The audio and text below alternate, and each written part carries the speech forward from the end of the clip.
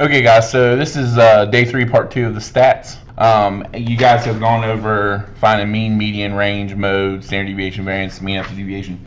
So let's talk about how this looks on a line graph. And so we're going to actually be doing this on Disney Infinity later on with a weather project that I hope that you guys will enjoy. But let's go ahead and talk about this. So this chart is a little different.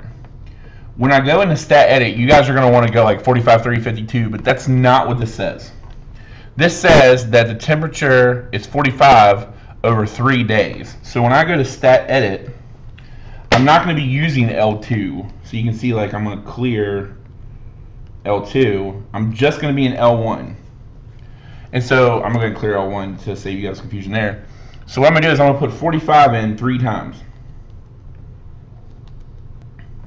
Then I'm going to put 50 in twice, 65 5 times,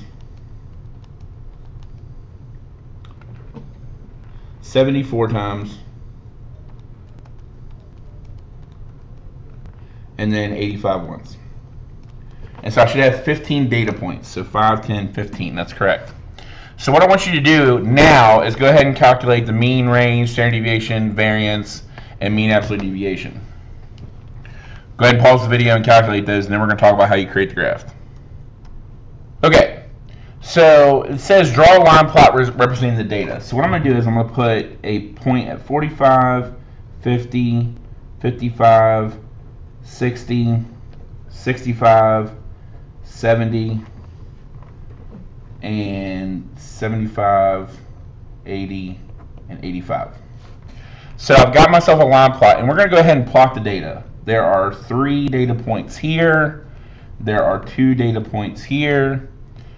65 had 5. 70 had 4. And 85 had 1. Okay, so for the purposes of today, we are just going to label the mean. So the mean we found to be 61.67. And so we're going to draw a line right here at 61.67, and we are going to label this the mean. So now we can answer questions 14 and 15. And the questions are, how many temperatures are above the mean? And so we're going to go ahead and count. 1, 2, 3, 4, 5. 1, 2, 3, 4, and 1. So there are 10 temperatures that are above the mean, and there are 5 temperatures that are below the mean. And so what this is getting you started on is understanding where the mean goes in a set of data, but then what we're going to learn next with z-scores is where the standard deviation goes in a set of data. So I'm going to go ahead and preview that, so that way when you do the second set down here, I want you to go ahead and get ready for that. To put the standard deviation on here, the standard deviation is 11.5. And what we're going to talk about in the next section is the standard deviation goes above and below the mean. And so I'm just going to do 1 right now for each, and that's all I want you to do. If the mean is 61.67, I want to add 11.5, and I get 73.17. So I'm going to draw a line right here, and that is +1 standard deviation.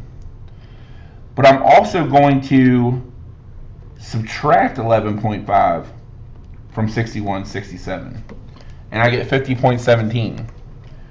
And so this is -1 standard deviation. So when you guys do this second one, I want you to go ahead and plot the mean, but I also want you to add and subtract the standard deviation just so you can see how we break the graph up. And so you can see I'm breaking the graph into chunks of data, and we're going to talk about what that means when we talk about z-scores for tomorrow.